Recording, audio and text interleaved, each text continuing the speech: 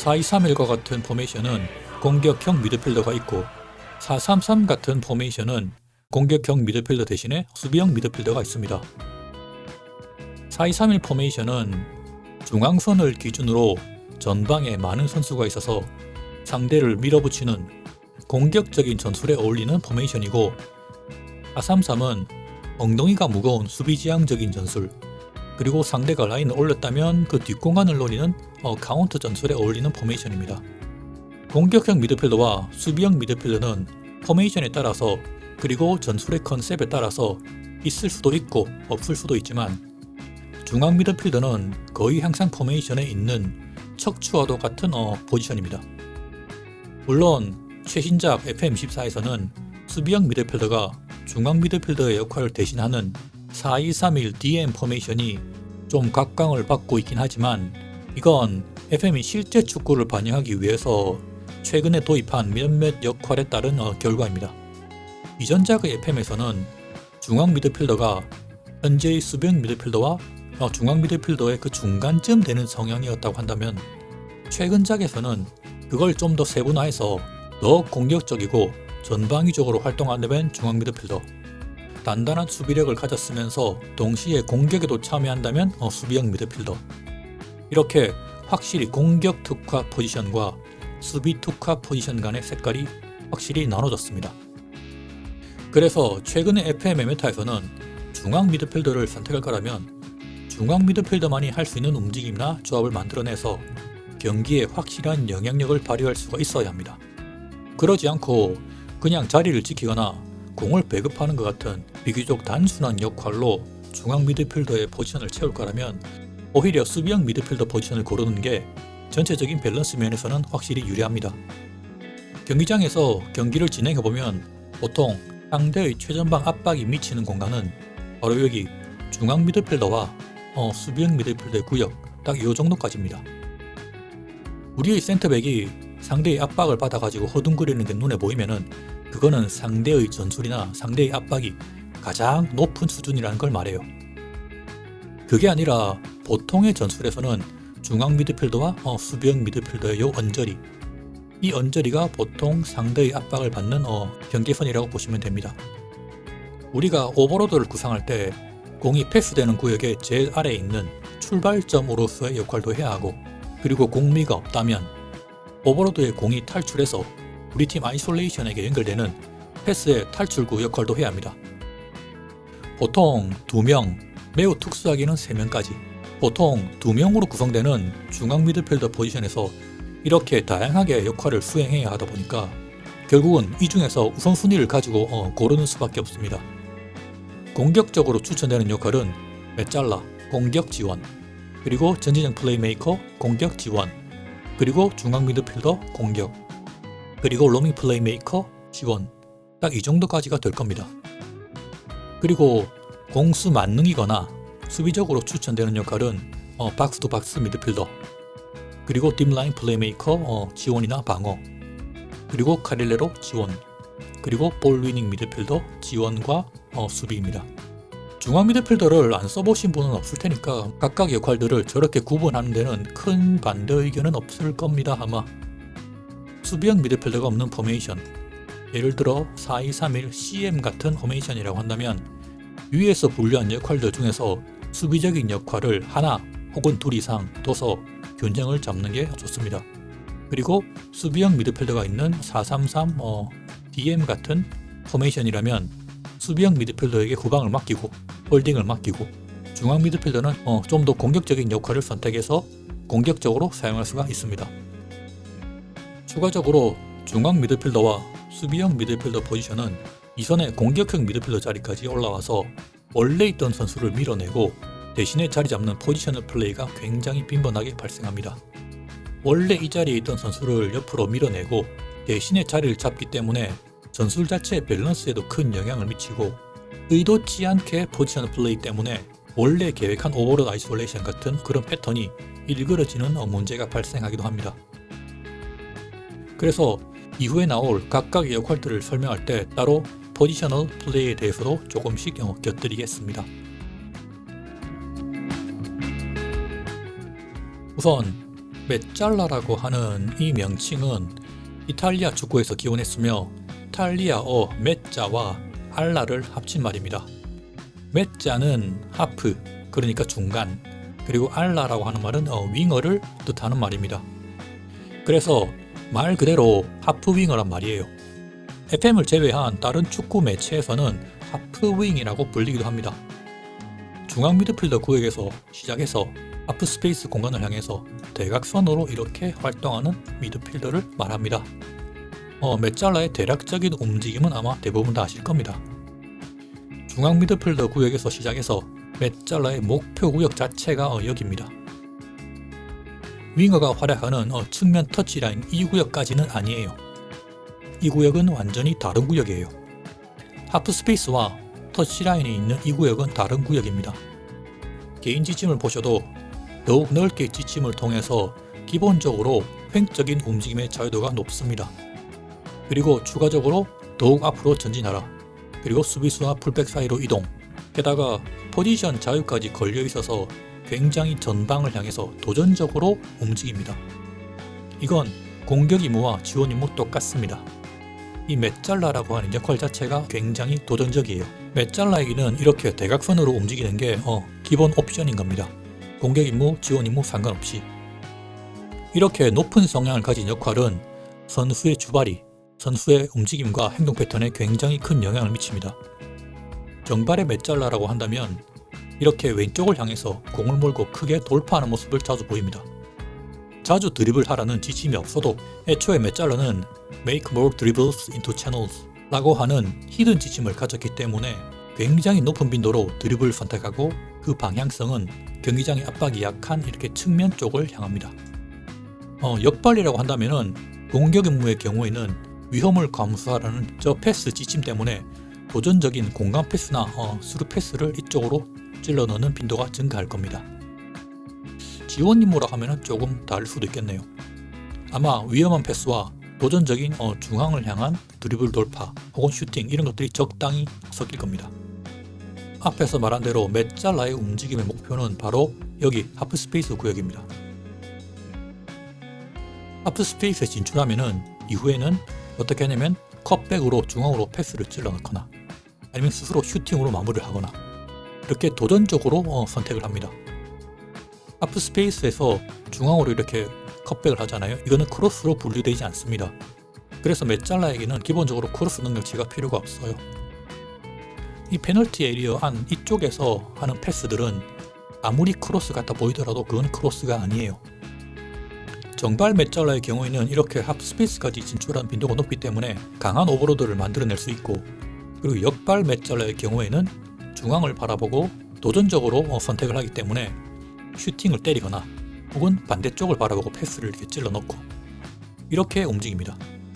메잘라는 선수의 진행 방향이 이렇게 정해져 있는 좀 특수한 역할이라 가지고 주발에 따라서 움직임이 굉장히 크게 달라져요. 정발 메잘라를 놓아서 해당 측면의 윙포워드랑 같이 조합해서 동시에 측면을 공략할 수 있습니다. 왼쪽에 윙포워드가 왼발이다. 그러면 왼쪽으로 직선적으로 압박을 피해서 돌진하겠죠. 그러면 중앙에 있는 왼발 메잘라도 같이 이렇게 침투합니다. 겹친 구간으로. 그러면 상대 수비에게 굉장한 스트레스를 줄 수가 있어요. 그게 아니라면 왼발 메잘라가 바깥으로 돌아 들어가고 오른발 윙포워드가 안으로 들어오면서 서로 교차를 할 수가 있습니다. 그래서 상대 수비를 헷갈리게 할 수도 있겠죠. 메잘라는 그 역할 자체가 가진 성향도 굉장히 높고, 그리고 행동 선택지도 굉장히 도전적이기 때문에 오버로드의 출발점으로는 적당하지 않고, 금방 말한 대로 이선의 선수들과 조합을 해서 오버로드의 탈출구 혹은 마지막 컷백을 하도록 만든다던가 혹은 슈팅을 하도록 만든다던가 이렇게 아이솔레이션으로 주로 사용됩니다.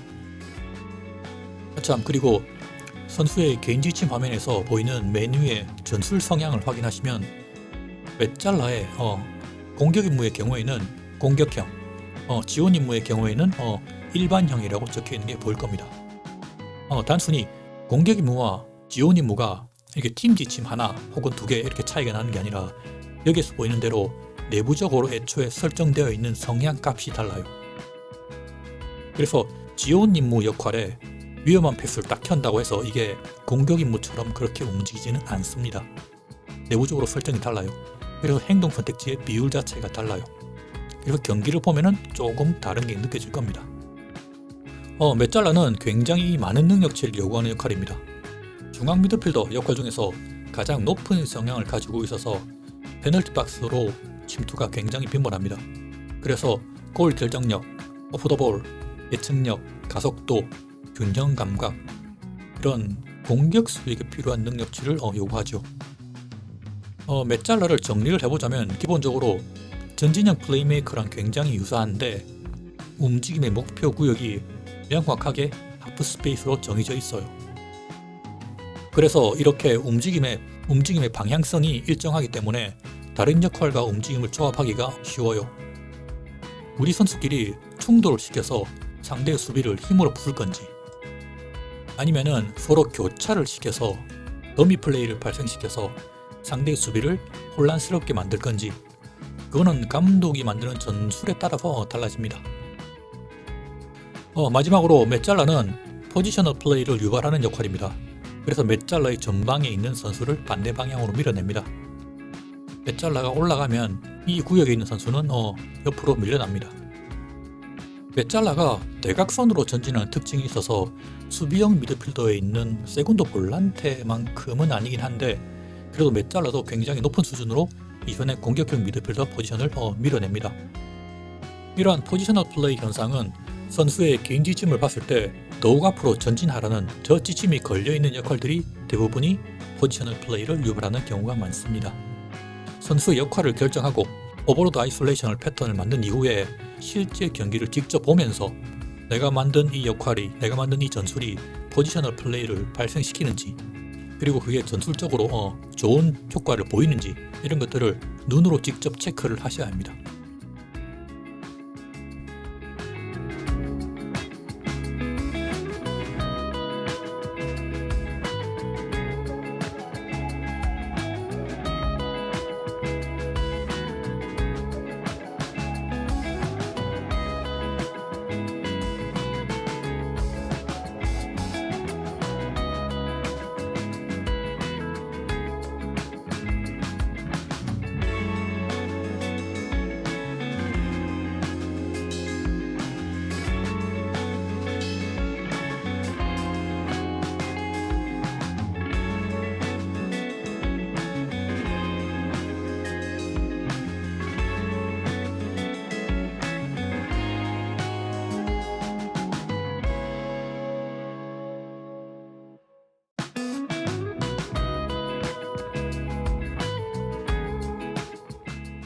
우리는 이미 윙포워드와 공격형 미드필더 포지션에서 전진형 플레이메이커 역할을 살펴봤습니다.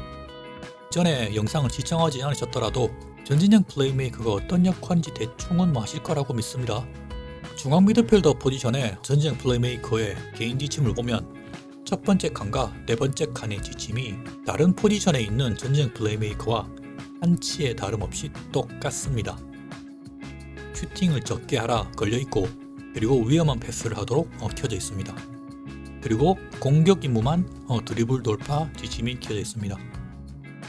그런데 중앙 미드필더 포지션의 전진형 플레이메이커의 가장 큰 특징은 앞에서 말한 이선의 윙포워드나 공격형 미드필더랑 다른 공격 템포 조절 지침이 아예 안 보이는 거예요.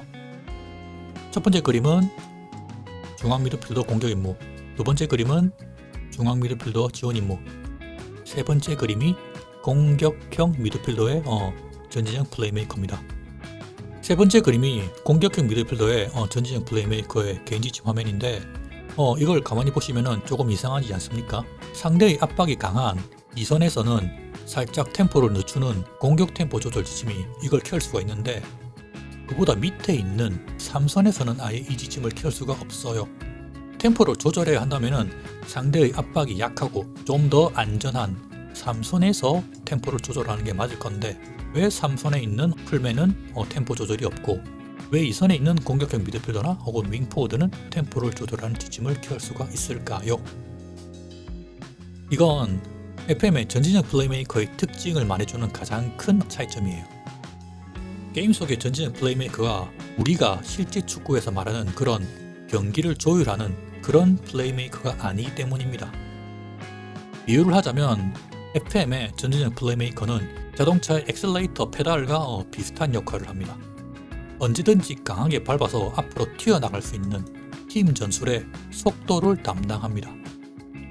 절대로 전진형 플레이메이커는 플레이메이커라는 이름이 붙었다고 해서 밸런스나 혹은 브레이크 혹은 팀 전술의 균형 이런 거를 생각하는 역할이 아니에요. 무조건 속도를 담당합니다. 그래서 전진형 플레이메이커가 가지고 있는 히든 지침도 보면은 크리에이티브 프리덤, 그러니까 전술적인 자유도를 가지고 있어요. 우리가 실제 축구에서 보는 그런 경기를 조율하고 밸런스를 담당하는 그런 플레이메이커는 FM에서는 딥라인 플레이메이커가 바로 딱 그 역할이에요. 전술 전체의 속도감을 강화시키기 위해서 이 자리에 놓아야 하는 거예요. 전진형 플레이메이커를 설명할 때마다 굉장히 자주 설명을 한 것 같긴 한데 이거는 그만큼 중요합니다. FM을 오래 안 하신 분들 혹은 오래 했더라도 저닥 전술 뉴비들이 굉장히 헷갈려하는 부분이에요. 절대로 플레이메이커라고 해서 다 같은 게 아니에요. 전진형 플레이메이커는 자동차의 엑셀레이터다. 그리고 딥라인 플레이메이커가 우리가 알고 있는 기어 혹은 브레이크다 라고 기억을 해두세요. 자, 이렇게 말한 대로 전진형 플레이메이커는 팀 전술의 속도감을 담당한다 그랬죠. 하지만 슈팅을 때리진 않아요. 그러니까 서포터 역할이란 말이에요. 전진형 플레이메이커가 튀어나갈 때 이 전방에는 직접적으로 행동하는 아이솔레이션 역할을 하는 선수가 있어야겠죠. 개인적으로 전진형 플레이메이커가 어울리는 전술의 컨셉은 우리가 라인을 끌어올려서 상대를 가둬놓고 밀어붙이는 그런 전술보다는 우리가 라인을 살짝 내려서 상대의 뒷공간이 있는 그 공간을 향해서 때려 넣을 수 있는 중간 블럭의 숏 카운터, 그런 전술이 확실히 좋은 효율을 보입니다. 전진형 플레이메이커는 수비적으로 굉장히 영향력이 낮아요. 수비적인 능력치의 문제가 아니라 역할의 특성상 우리가 공을 가지고 있지 않은 상황에서는 상대를 견제하려 이렇게 막 움직이는 그런 수비적인 성향이 굉장히 낮아요. 똑같은 능력치를 가지고 있는 선수를 볼 위닝 미드필더나 박스 투 박스 미드필더로 쓰면은 좀 더 활약이 좋을까요? 라고 물으신다면은 같은 선수라고 하더라도 전진형 플레이메이커에 놨을 때 그리고 혹은 볼 위닝 미드필더에 놨을 때 활약이 다릅니다. 이게 능력치는 같다고 하더라도 애초에 그 역할 자체가 가지고 있는 행동 선택지의 구성 자체가 다르기 때문이에요. 전진형 플레이메이커는 행동 선택을 고를 때 A, B, C, D 이렇게 선택지 중에서 고른다고 하면은 볼 위닝 미드필더는 행동 선택지의 구성이 C, D, E, F인 거예요. A랑 B가 없어. 아마도 A랑 B가 아마 위험한 패스나 그렇게 되겠죠. 보통 FM이란 게임이 능력치가 좋으면은 좋은 활약을 보이긴 하는데 그것도 앞에서 말한 행동 선택지가 어느 정도 비슷한 그런 역할일 때 그렇단 말이지, 이게 전진형 플레이메이커나 볼 위닝 미드필더처럼 아예 그냥 행동 선택지가 완전히 차이가 나는 역할 같은 경우에는 그런 능력치가 좋다는 것도 큰 의미가 없어요. 이렇듯 수비적으로 영향력이 낮기 때문에 전진형 플레이메이커의 짝꿍으로는 보통 이런 수비적인 영향력을 채워줄 수 있는 육각형 선수거나 혹은 수비적인 밸런스가 좋은 그런 역할을 배치하는 게 그런 게 맞겠죠. 전진형 플레이메이커의 공격 임무라면은 스스로 앞으로 드리블로 돌진을 해서 오버로드의 꼭지점이 되기도 하고, 그리고 주발의 방향에 따라서 드리블을 쳐서 바깥으로 빠져나가기도 하고, 메짤라처럼 하프 스페이스를 공략하는 지침이 없더라도 주발에 따라서 바깥쪽으로 빠져나가기도 하고, 혹은 스루 패스를 찔러 넣기도 하고. 그런데 결정적으로 이 선수는 아이솔레이션이 될 수는 없어요. 그래서 윙포워드나 혹은 공격수나 직접적으로 이 앞에 아이솔레이션이 될 수 있는 선수가 있어야만 합니다. 전진형 플레이메이커가 요구하는 능력치는 이전 영상에서 여러 번 살펴봤습니다. 굉장히 높은 개인기, 그리고 드리블, 그리고 압도적으로 높은 패스 능력치, 그리고 천재성, 그리고 빠르게 좌우로 터닝을 하거나 전환을 할 수 있는 민첩성 같은, 이런 말 그대로 메시네요. 그래, 메시 같은 그런 능력치가 있으면 됩니다. 화면에 나오고 있는 베르나르도 실바, 좋은 능력치죠. 딱 전진형 플레이메이커예요. 높은 민첩성, 그리고 굉장히 압도적인 개인기, 드리블, 그리고 판단력, 왕성한 활동량. 다시 봐도 좋네요. 다시 봐도 최고인 것 같아요. 이건 개인적인 의견인데 전진형 플레이메이커는 판단력이나 팀워크 같은 이런 전술적인 능력치보다는 조금 더 가속도, 균형 감각, 민첩성, 이렇게 피지컬 능력치가 높은 쪽이 조금 더 체감이 좋다고 생각합니다. 이게 FM이 워낙에 피지컬 만겜이라서 수비수하고 직접적으로 이렇게 겨뤄가지고 이겨낼 수 있는 이런 능력치들이 확실히 유리하긴 하더라고요. FM 피지컬 만겜 다들 아시잖아요.